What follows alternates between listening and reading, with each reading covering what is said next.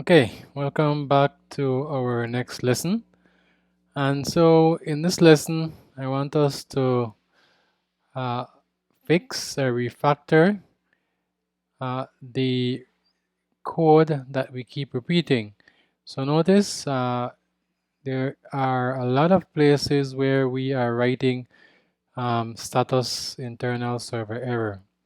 So all those server messages, error messages, all the client error messages, status bad request. We want to remove all of that and simply call a method instead. So that means that we need to take all of this code and move it out. So what I'm going to do, inside web, I'm going to create a new file named helpers.go. Okay. So in here, I will place all of this code. Of course, it will not be the exact same code.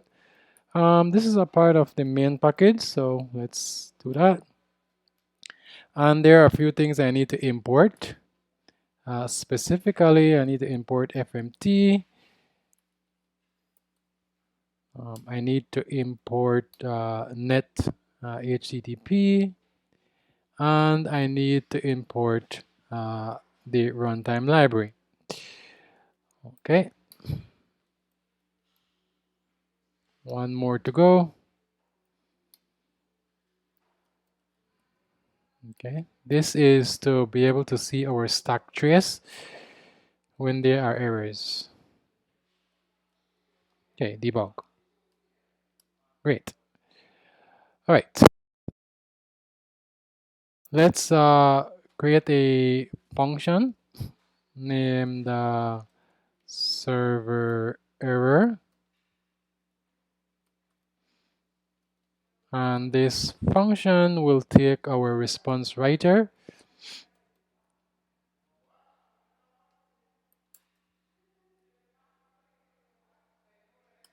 along with the actual error message. Good. It doesn't return anything. All it will do is to create a formatted string which we want to log. Okay. printf, and this formatted string will have two parts. Okay, 2 lines. The first line will be the actual error message. Okay, and the second line will be the stack trace. So as you know, when there is an error, we would have a caller and a callee. So the caller would be the method or function or handler that calls some other method or function. So the one doing the calling is called the caller, and the one being called is called the callee. So we want to be able to see the stack trace so that we can determine if the error is on the caller side or the callee side. Okay, so we need the stack trace for that. Good. Now let's save this in a variable, scarlet trace. And we want to write this out to our error log. So error, but that reminds me, error log is inside of main. All right here. So as you know, we can't access anything inside main from outside of main. So that's the reason why we talked about dependency injection. So it means we have got to place info log and error log inside our application struct. Otherwise, you won't be able to access it. So let's call this error log, and it will be of type log.logger. And let's have info log as well.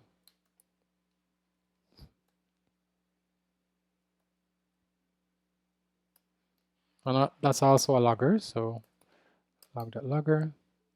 And so let me put that in my instantiation here. Let's put that here. So error log will be initialized with error log, and info log will be initialized with info log. Okay, good. So don't be confused that I gave them the same name.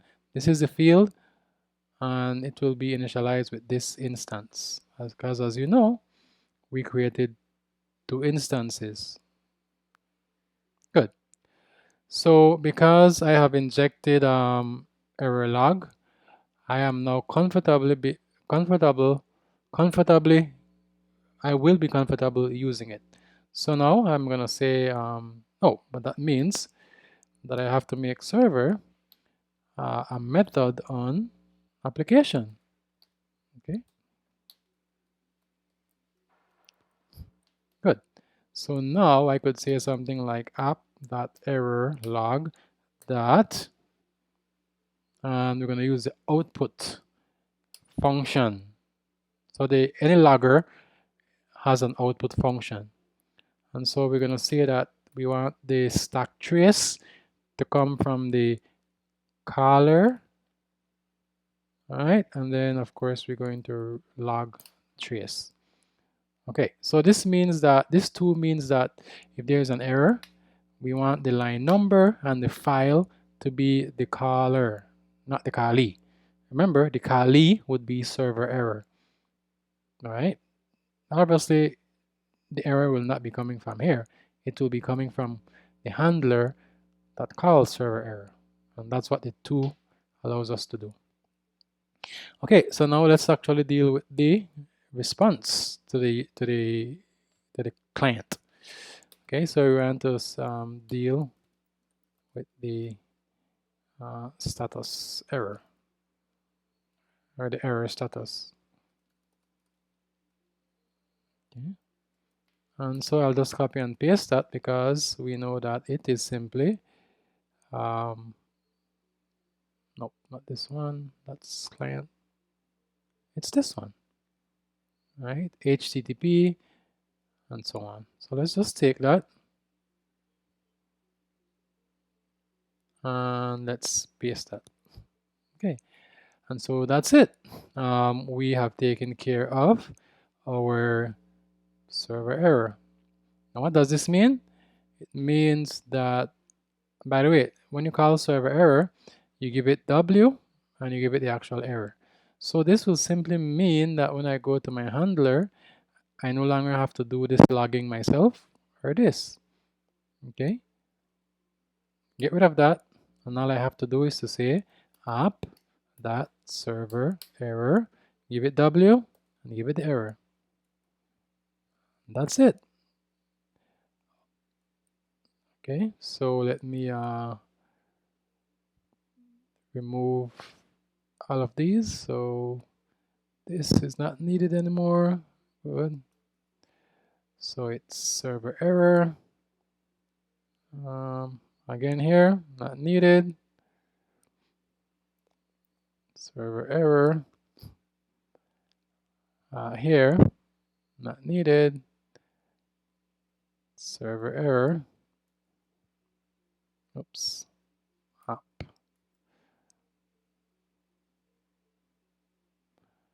And where else? Right here. Okay. Again, right here. So we've been writing a lot of duplicate code. Here. Okay, that's much nicer. Much less code. Okay, so that takes care of server errors, but what about client errors? So notice we had a status body request. So when the user didn't put in right information in the web form or didn't put any information in the web form, we wanted to throw an error. Okay. Okay, so we can go ahead and we can simply create a client error method. Again, it has to be a method on the application type. Okay, let's call that client error, and it will simply take W, the response writer,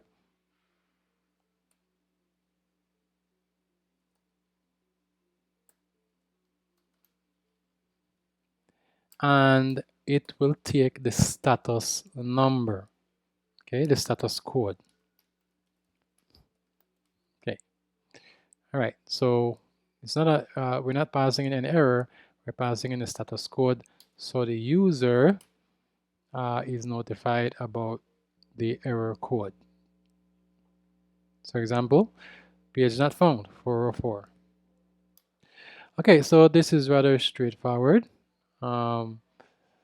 So I'm just gonna take this from here.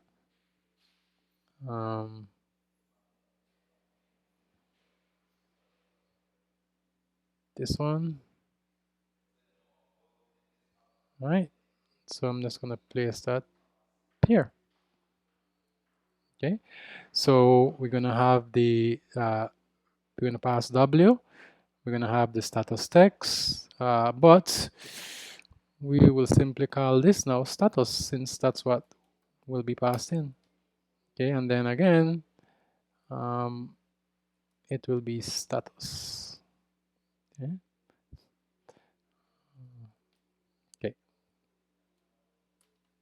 great. So any client error can be dealt with.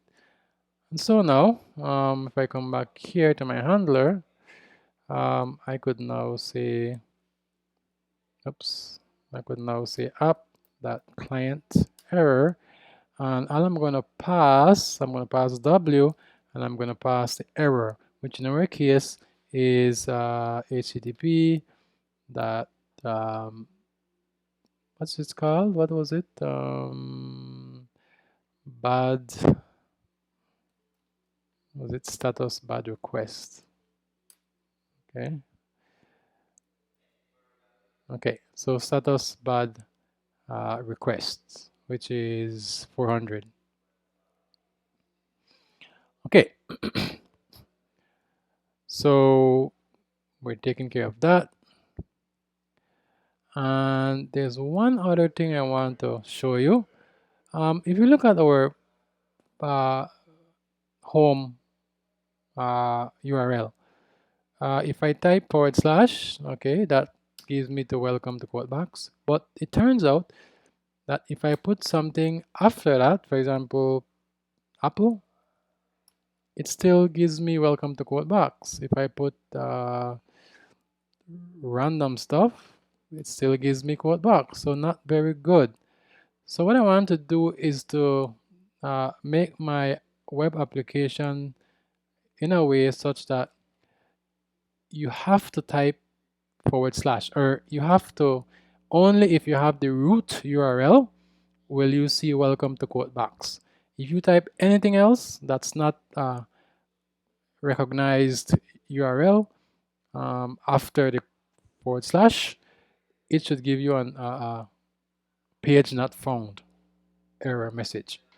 Okay, so a 404. So we can easily do that. We could simply say, come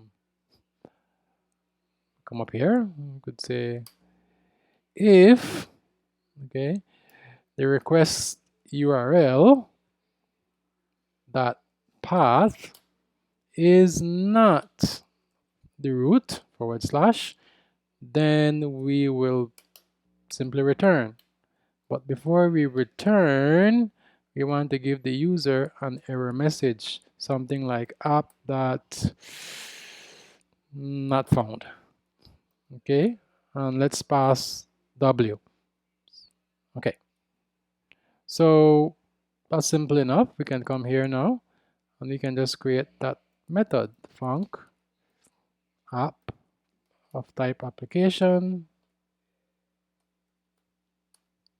and it will be called not found. And all we have to provide it is the response writer. Okay. Okay. Why only the response writer? Well, because, oops, W, HTTP, that response writer. Okay. So why is it that we only need to provide the response writer and not some status or some error? Is because this is sort of a specific error method, meaning it will be dealing with not found, nothing else. Okay. Now it turns out that the not found is 404. All right. So instead of having to write http.error on whatever, we already have a method to do that. So all I'm going to do is to call the client method, and I'm going to give the client method w, and then I'm going to give it the code, right? http.status not found. Okay, and what happens? Well, the client error will deal with it. All right, so this allows us to, in the future, write specific error methods. Okay, in this case, all I did was write not found. Okay, I could write others. Okay, let's save that. Let's close that. Let's close that. And so now, if the user does not enter /, we will not be getting welcome to quote box. So let's save this. Control. Oh, and by the way, did I do my dependency injection? Yes, I did. Okay, good. So everything seems okay. Let's restart. Great. And okay, so let us test to see if our new updated home handler works. So I'm going to put in chips. Okay, good. I could put in like just random stuff. Good.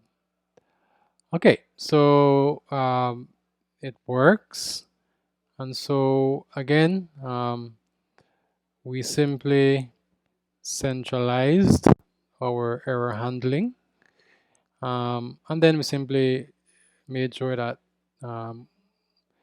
we returned a 404 if the user did not enter the specific root URL. Okay, so that's it. And so now we can go forward. And in the next lesson, we will talk about middleware since it's a very important topic.